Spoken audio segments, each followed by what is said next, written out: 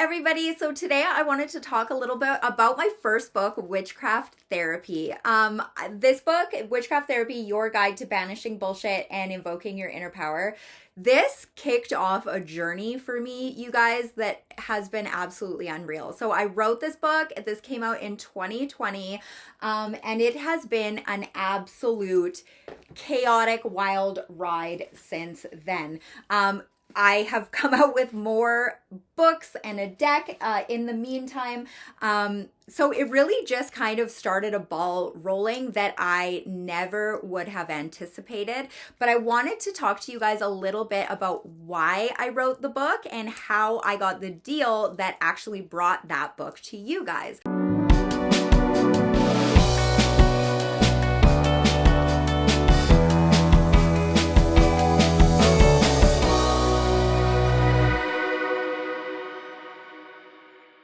So first of all, I wanted to talk a little bit about my own spiritual path, my own spiritual journey. So for a really long time, I identified as an atheist, then I identified as agnostic, but I mean, the whole time I was obsessed with things like witchcraft, shamanism, learning about other cultures and particularly spiritual traditions, particularly altered states of consciousness, that sort of thing. And so there was kind of this weird tension that I had inside me for a really, really long time when it came to spiritual paths. So it was very easy for me to kind of like poo-poo things and be like, oh, that's just silly or whatever.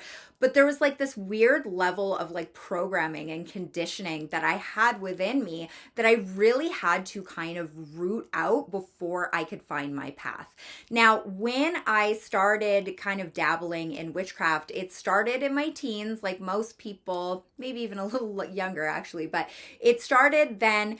And it kind of was this push-pull, like I dabble in it and it didn't resonate with me, so I would move on. And I found that finding my own path really required me to not view witchcraft as like the traditional European witchcraft or Wiccan kind of approaches. Those are the things that never sat right with me. But when it came to using belief as a tool, more of a sort of chaos magic approach, and if you want more information on chaos magic, I'll put a link in the description to another video that I've done.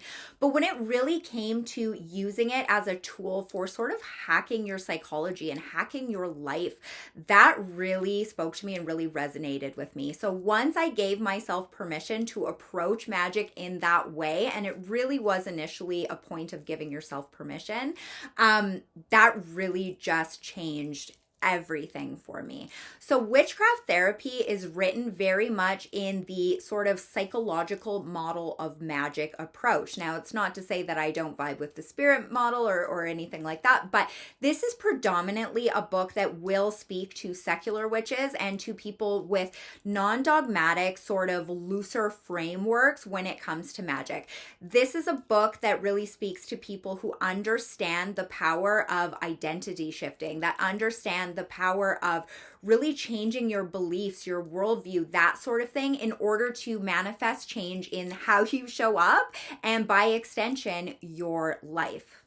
Another important thing to note is that this book is written from the perspective of your psycho-spiritual bestie, which is me. So one of the bits of feedback I get a lot about this book is people are like, oh, it felt like I was just reading or hearing from a best friend, from, you know, a bullshit-free best friend. Maybe you're not safe for work bestie. Don't put them on, you know, don't put the audiobook on if your kids are in the car, perhaps.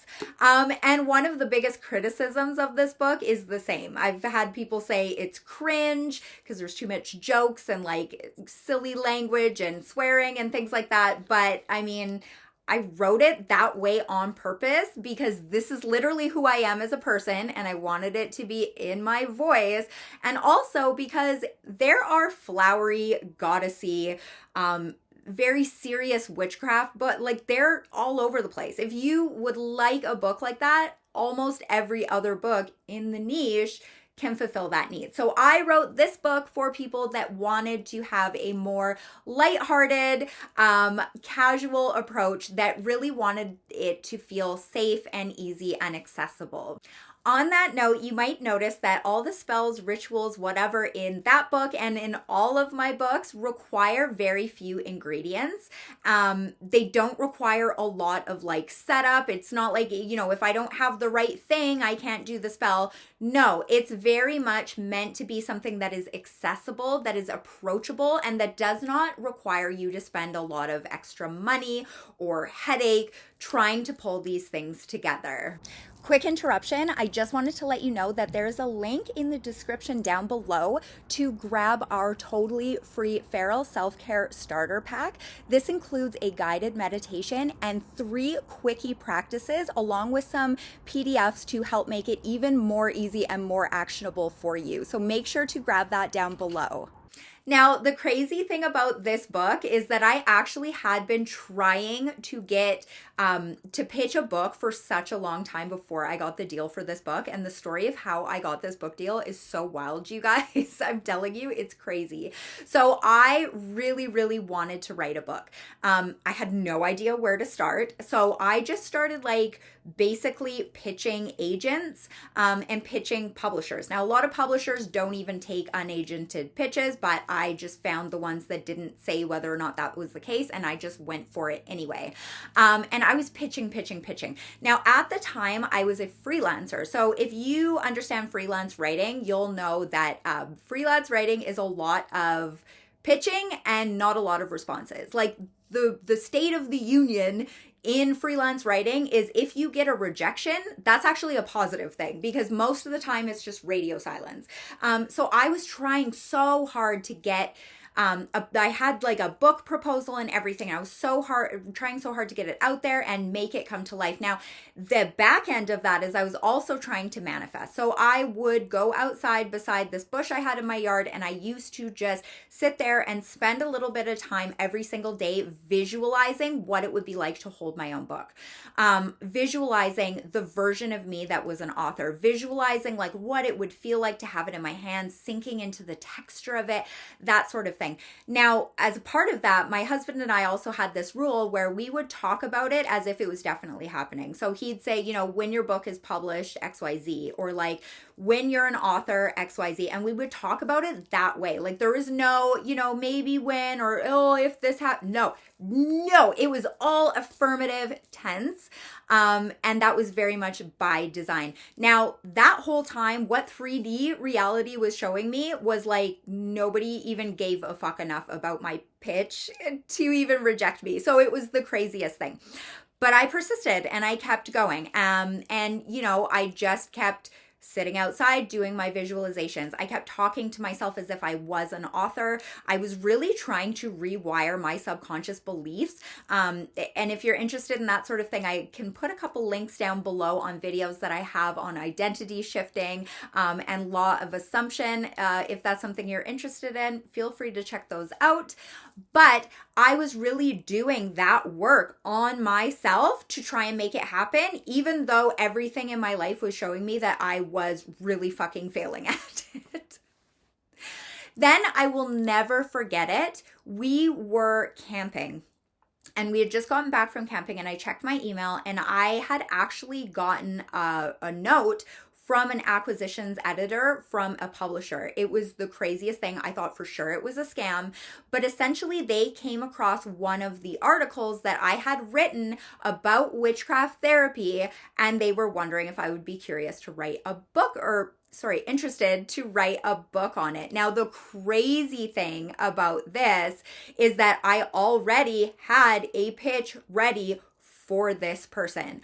I was in shock. I did not know how to process it. Again, I was trying to tell myself 5 million ways that this was a scam, and it just wasn't. And it was honestly so hard for me to process that it was not a scam. I had to sit on this for a while to like get my bearings. So I had a piece published when I was freelancing. I was really trying to get a lot of like witchy articles out there, and I was having a lot of rejections, a lot of radio silence. This is for online publications, right? So I've had my work published in places like the New York Times, Al Jazeera, Huffington Post, etc. But She Knows, which was the publication, they actually did publish one of my works that was called Witchcraft is Cheaper Than Therapy. Before we get into that, I'm not saying anything against therapy. It was just a cool title. All about how your spiritual connection and your practice can be a supplemental tool for your healing, for your psychological wellness and your mental health. When this acquisitions editor found that, and at the time I couldn't get any of these pitches accepted, that was the one and only that I managed to get accepted. Just for you thinking of possibility and magic, like this is how it came together. They actually contacted me based on that article, and I just couldn't believe, looking at the way things unfolded in like a backward sort of hindsight light, how perfectly everything had to have come together for that to be the case. So once they approached me, luckily I had a whole pitch ready and everything, sent it back to them. We started talking back and forth, and the rest is kind of history. So I just kind of wanted to tell you about that. This is like my firstborn book baby, so it will always have a place of very special importance in my heart, even though I can look at it now and see things that I would maybe do differently or whatever. That's kind of just part of the creative process. If you're new here, make sure and let me know, have you read this book? Did you like this book? Did you enjoy it? Maybe you're one of the people that thought it was cringe and I swore too much. I mean, feel free to drop that in the comments too, I suppose. And if you're new here and you like all things psycho-spiritual, all things mindset and magic, feel free to follow my channel. We'd be so glad to have you here. And if there's anything you would like to see me cover in future videos, feel free to pop it down in the comments below. Bye!